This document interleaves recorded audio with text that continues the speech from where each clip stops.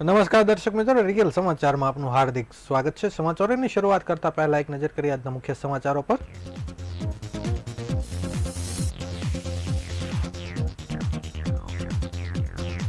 સુરતમાં આવતી નવસારી બારડોલી લોકસભા બેઠકના વિસ્તારમાં થશે મતદાન।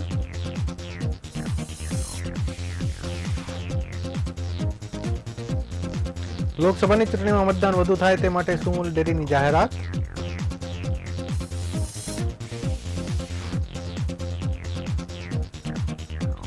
સુરતમાં માલધારી શહેરના હોદ્દેદારોએ 100 કાર્યકર્તાઓ સાથે ભાજપનો ખેસ પહેર્યો।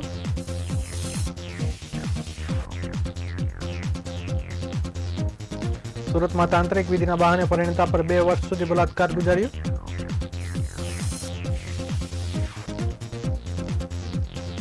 ઉમરામાં બાથરૂમનો કાચ તોડીને ફ્લેટમાંથી 10 લાખના મુદ્દામાલની ચોરી કરનાર કિશોર પકડાયો।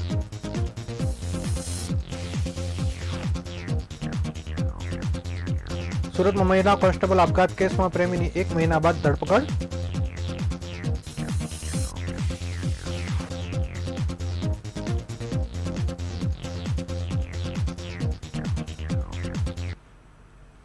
લોકસભાની ચૂંટણીને લઈ સુરત જિલ્લા કલેક્ટર દ્વારા પ્રેસ કોન્ફરન્સ કરવામાં આવી હતી। તો બીજી તરફ સુરત લોકસભા બેઠક બિનહરીફ જાહેર થઈ છે, ત્યારે મતદારોમાં જે ભ્રમણા ફેલાય છે તે સુરતમાં મતદાન થશે નહીં તે બાબતે જિલ્લા કલેક્ટર દ્વારા અપીલ કરાઈ હતી કે સુરત શહેરમાં બારડોલી અને નવસારી લોકસભા બેઠક હેઠળ વિધાનસભાઓ આવે છે, આ તમામ વિધાનસભાઓના મતદાન થશે। માત્ર સુરત લોકસભા હેઠળ આવતી 7 વિધાનસભા મતદાન થશે નહીં।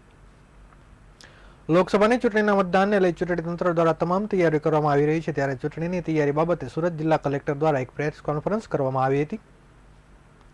મહત્વની વાત કહી શકાય કે સુરત લોકસભા બેઠક બિનહરીફ જાહેર થઈ છે, ત્યારે સુરત લોકસભા બેઠકમાં આવતી 7 વિધાનસભા મતદાન થશે નહીં। આ 7 વિધાનસભામાં સમાવેશ કરવામાં આવતો હોય તો ઓલપાડ, સુરત પશ્ચિમ, વરાછા રોડ, સુરત ઉત્તર, કરંજ અને કામરેજ વિધાનસભાનો સમાવેશ થાય છે। આ 7 વિધાનસભા મત વિસ્તારની ચૂંટણીનું મતદાન થશે નહીં, પરંતુ બારડોલી તેમજ નવસારી લોકસભા હેઠળ આવતી વિધાનસભા સુરત શહેરમાં આવી રહી છે। ત્યારે નવસારી બેઠકની વાત કરવામાં આવે તો સુરત શહેરની લિંબાયત, ઉધના, મજુરા અને 84 વિધાનસભા નવસારી લોકસભા હેઠળ આવે છે, એટલે આ 4 વિધાનસભામાં મતદાન થશે। આ ઉપરાંત બારડોલી વિધાનસભાની વાત કરવામાં આવે તો કામરેજ, માંગરોળ, માંડવી, બારડોલી અને મહુવા આ વિધાનસભાઓમાં પણ મતદાન થશે। સુરત લોકસભાના ઉમેદવાર મુકેશ દલાલ બિનહરીફ જાહેર થયા, ત્યારે સુરત શહેરના લોકો એવી ભ્રમણા ફેલાઈ છે કે સુરતમાં ચૂંટણી નહીં થાય, પરંતુ જિલ્લા કલેક્ટર દ્વારા સ્પષ્ટતા કરવામાં આવી છે કે સુરત શહેરનો કેટલોક વિસ્તાર નવસારી લોકસભા તેમજ બારડોલી લોકસભા હેઠળ આવી રહ્યો છે અને આ વિસ્તારમાં જે પણ વિધાનસભાઓ સમાવેશ થાય છે તે વિધાનસભા ચૂંટણીમાં મતદાન થશે અને મતદારોને પણ મત આપવા અપીલ કરવામાં આવી છે।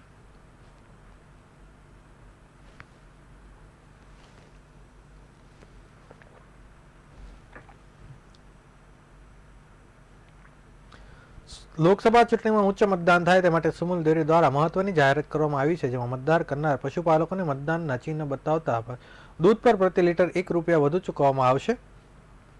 વધુમાં વધુ મતદાન થાય તે માટે ફેડરેશન દ્વારા પણ સતત માર્ગદર્શન અને સૂચનાઓ મળતી રહે છે અને પોતાના મત અધિકારનો ઉપયોગ તમામ પરિવાર સાથે મતદાન કરી તેમજ તેઓને પ્રોત્સાહન પૂરું પાડવા તમામ દૂધ ઉત્પાદકો 7/5/2024ના રોજ સવારે 11 કલાક પહેલા મતદાન કરે તેવો અનુરોધ કરવા વિનંતી કરાઈ છે। તમામ દૂધ ઉત્પાદકો આવનાર લોકસભાની ચૂંટણીમાં મતદાન કર્યા અંગેનું આંગળી પરનું નિશાન દૂધ મંડળી કક્ષાએ નક્કી કરેલ વ્યક્તિને બતાવે તો તેઓએ 7/5/2024ના રોજ સાંજે દૂધ ભરેલ હોય તે માટે પ્રતિ લીટર ₹1નું પ્રોત્સાહક માટે દૂધ સંઘ ફેડરેશનના સહયોગથી આપવાનું નક્કી કરાયું છે। તાપી અને સુરતમાં દરરોજ 22 લાખ લીટર એકત્રિત થાય છે, જે દૂધ જમા કરાવતા તમામ પશુપાલકોને આ નિર્ણયનો લાભ મળશે।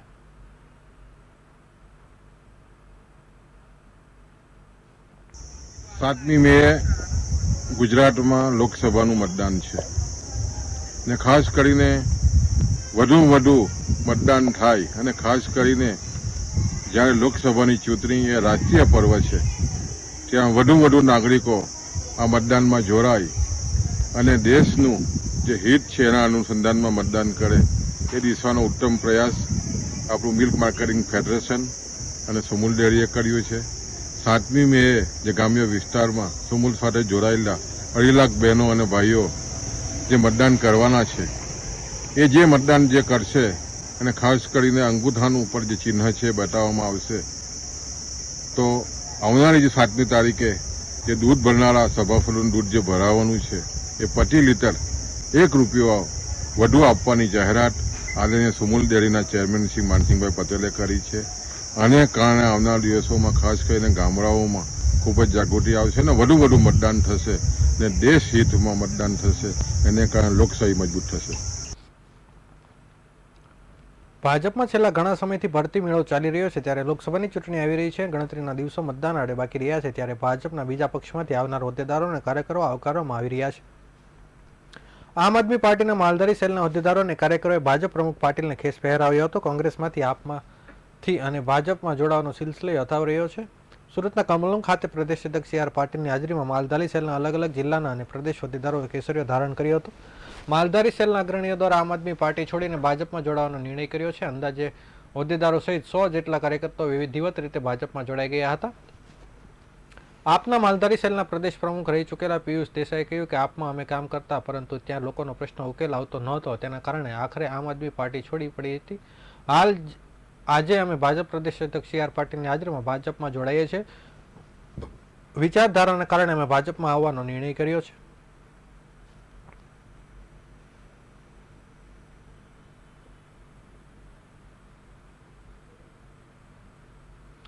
સુરતના ઉત્તરાયણ વિસ્તારમાં રહેતી પરિણીતાને તાંત્રિક ભેટી ગયો હતો. ઘરમાં ધાર્મિક કર્મકાંડ વિધિ કરવાને બહાને પરિણીતા સાથે બીભત્સ હડપલા કર્યા હતા. બાદમાં વિધિ પૂરી જ કરવી પડશે. જો વિધિ પૂરી નહીં થાય તો તારા પતિ મરી જશે અને ઘરમાંથી કોઈનો ભોગ લેવાશે તેવું કહી પરિણીતાને ડરાવી ત્યારબાદ પરિણીતાના ફોટા વાયરલ કરવાની ધમકી આપી તેમજ સમાજમાં બદનામ કરવાની ધાક ધમકી આપી અવારનવાર બળજબરીપૂર્વક શારીરિક સંબંધ બાંધી તાંત્રિકે બલાત્કાર ગુજાર્યો હતો, જેથી આખરે ભોગ બનનાર પરિણીતાએ આ મામલે ઉત્તરાયણ પોલીસ મથકમાં ફરિયાદ નોંધાવતા પોલીસે તાંત્રિક સામે બલાત્કારનો ગુનો દાખલ કરી કાયદેસરની કાર્યવાહી હાથ ધરી છે. શહેરમાં અવારનવાર વિધિના બહાને તાંત્રિકો દ્વારા બલાત્કાર કરવામાં આવતા હોવાના અનેક કિસ્સા સામે આવ્યા છે, ત્યારે સુરત શહેરના ઉત્તરાયણ વિસ્તારમાં પણ આવો જ એક કિસ્સો સામે આવ્યો છે. ઉત્તરાયણ વિસ્તારમાં રહેતી પરિણીતા પોતાના ઘરે હતી ત્યારે અમરોલી કોસા રોડ પર સ્વીટ હોમની સામે શ્રી હરિકૃષ્ણ રેસિડેન્સીમાં રહેતા રાહુલ દિનેશભાઈ પંડ્યા તેના ઘરે આવ્યા હતા અને પરિણીતાને ઘરમાં બેડરૂમ અને બાથરૂમ સાથે હોવાનું ઘરમાં વાસ્તુદોષ છે એટલું જ નહીં, આર્થિક તંગી રહે છે તેવું કઈ ધાર્મિક કર્મકાંડ વિધિ કરવાની વાત કરી હતી. રાહુલ પંડ્યાએ મગના અને અડદના દાણા લઈ પરિણીતાને બેડરૂમમાં દરવાજા વચ્ચે ઊભા રાખી કપાળે જીભથી ચાંદલો કરવો પડશે તેમ કહી કિસ કરવાની કોશિશ કરી હતી. જોકે પરિણીતાએ પ્રતિકાર કરતા આખરે રાહુલે હવે તમારે આ વિધિ પૂરી કરવી જ પડશે, જો તો આ વિધિ પૂરી નહીં કરે તો તારા પતિ મરી જશે અને ઘરમાંથી કોઈનો ભોગ લેવાશે તેવું કહીને પરિણીતાને ડરાવી હતી. તાંત્રિક વિધિના બહાને પરિણીતાએ ઘરે આવી તું તારા પતિને ડિવોર્સ આપી દે અને જો ડિવોર્સ નહીં આપે તો તારા ફોટા વાયરલ કરી તેમજ સમાજમાં બદનામ કરવાની ધાક ધમકી આપી અવારનવાર ઘરે આવી પરિણીતા સાથે શરીર સંબંધ બાંધી બલાત્કાર ગુજાર્યો હતો. 2 વર્ષ બાદ આખરે આ મામલે પરિણીતાએ ઉત્તરાયણ પોલીસ મથકમાં ફરિયાદ નોંધાવતા પોલીસે રાહુલ પંડ્યા સામે બલાત્કારનો ગુનો દાખલ કરી કાયદેસરની કાર્યવાહી હાથ ધરી છે.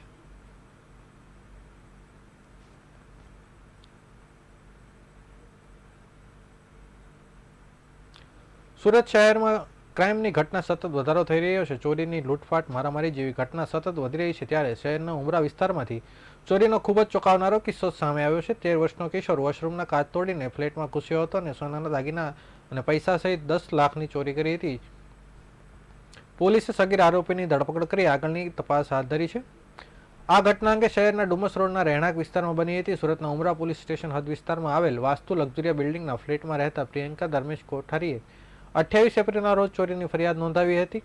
પ્રિયંકા તેના પરિવાર સાથે બપોરે બહાર ગઈ હતી, ત્યારે રાત્રે 8 વાગે ફ્લેટ પર પાછી ફરી ત્યારે ઘરનો સામાન વેરવિખેર જોવા મળ્યો હતો. પોલીસ ફરિયાદ દાખલ કરીને આરોપીને પકડવાની તજવીજ હાથ ધરી હતી.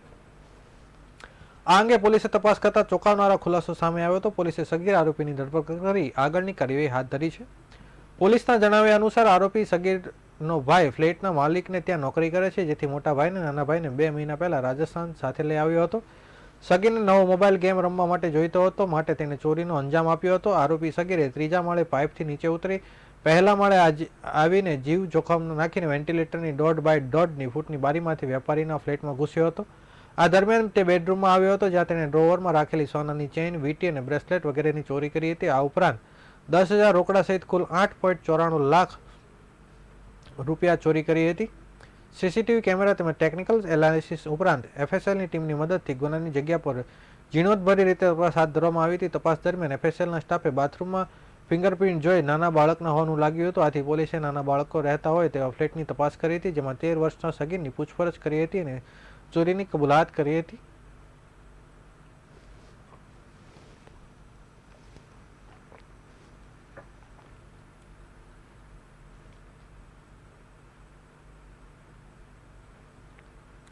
સુરતના સિંગણપુર વિસ્તારમાં મહિલા પોલીસ કોન્સ્ટેબલ આપઘાત કેસની ભારે ચકચાર મચી ગઈ હતી. અગાઉ પોલીસે સુસાઇડ નોટ સહિતના પુરાવાના આધારે ગુનો નોંધ્યો હતો, જે પ્રેમી સામે દુષ્પ્રેરણાની ફરિયાદ દાખલ કરવામાં આવી હતી. ત્યારે આજે આપઘાત કેસમાં પોલીસે પ્રેમી પ્રશાંતની ધરપકડ કરી વધુ તપાસ હાથ ધરી છે. સિંગણપુર વિસ્તારમાં મહિલા પોલીસ કોન્સ્ટેબલ આપઘાત કેસ મામલે પોલીસે સુસાઇડ નોટના આધારે તપાસનો ધમધમાટ શરૂ કર્યો હતો. બીજી તરફ સમગ્ર કેસમાં ન્યાયિક તપાસની માંગ મૃતકના પરિવારે કરી હતી. મેં વિશ્વાસ કર્યો એ સૌથી મારી મોટી ભૂલ હતી. તે પ્રકારના મૃતક મહિલા કોન્સ્ટેબલે સુસાઇડ નોટમાં ઉલ્લેખ કર્યો હતો. તેના પરથી પ્રેમી સામે શંકાની સોય તવાઈ હતી, જે તપાસ અંગે ફલિત થતા ધરપકડ કરવામાં આવી છે. બંને વચ્ચે 3 વર્ષથી સંબંધ હતા, પરંતુ લગ્નને લઈ માથાકૂટ થયા બાદ હર્ષાબેનને આપઘાત કર્યો હતો. હર્ષાબેન ચૌધરી નામની મહિલા પોલીસ કોન્સ્ટેબલ સિંગણપુર વિસ્તારમાં આવેલ મહેશ્વરી એપાર્ટમેન્ટના ફ્લેટમાં ગળે ફાંસો ખાઈ આપઘાત કરી લીધો હતો. સિંગણપુર પોલીસની તપાસમાં ઘટના સ્થળ પર મૃતક દ્વારા લખવામાં આવેલ સુસાઇડ નોટ પોલીસે કબજે કરી ઊંડાણપૂર્વક તપાસ શરૂ કરી હતી. અંતે ગુનો નોંધાયા ઘણા દિવસો બાદ પ્રેમી એવા પ્રશાંત ભોયની ધરપકડ કરી રિમાન્ડ મેળવવાની તજવીજ હાથ ધરવામાં આવી છે.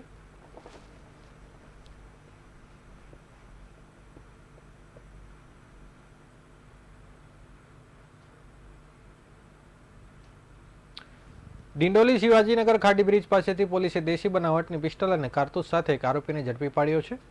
ડિંડોલી પોલીસ સ્ટેશનના સર્વેલન્સ સ્ક્વોડના માણસોની ટીમ પેટ્રોલિંગમાં હતી. તે દરમિયાન મળેલી ચોક્કસ બાતમીના આધારે ડિંડોલી શિવાજીનગર ખાડી બ્રિજ પાસે જાહેર રોડ પરથી એક ઈસમને પોલીસે પકડી પાડ્યો હતો. પોલીસે મનોજ કિરણ સુખદેવ દાસની ધરપકડ કરી તેની પાસેથી દેશી બનાવટની પિસ્તોલ તથા જીવતા કારતૂસ કબજે કર્યા હતા. હાલ પોલીસે આ આરોપી સામે આર્મ્સ એક્ટ હેઠળ ગુનો નોંધી આગળની કાર્યવાહી શરૂ કરી છે.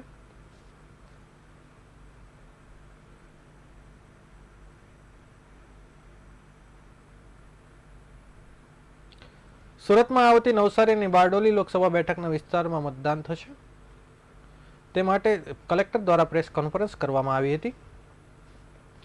સમાચારો સમાપ્ત કરતા પહેલા ફરી એક વખત નજર કરીએ આજના મુખ્ય સમાચાર પર.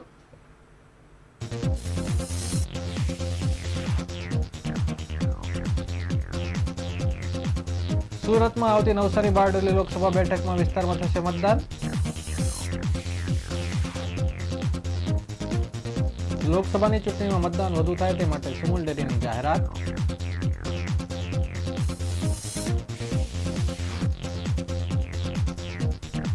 આમ આદમી પાર્ટીના માલધારી સેલના હોદ્દેદારોએ 100 કાર્યકર્તાઓ સાથે ભાજપનો ખેસ પહેર્યો.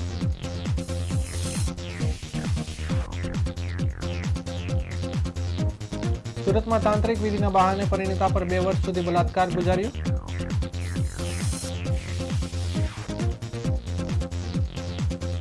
ઉમરામાં બાથરૂમના વેન્ટિલેટરનો કાચ તોડી ફ્લેટમાંથી 10 લાખના મુદ્દામાલી ચોરી કરનાર કિશોર પકડાયો.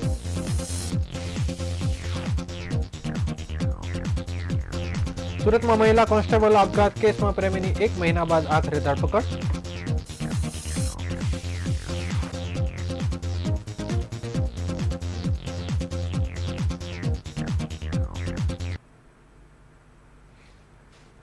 આ હતા અત્યાર સુધીના રિયલ સમાચાર. નવા સમાચારો સાથે ફરીથી મળીશું. ત્યાં સુધી રજા આપશો. નમસ્કાર.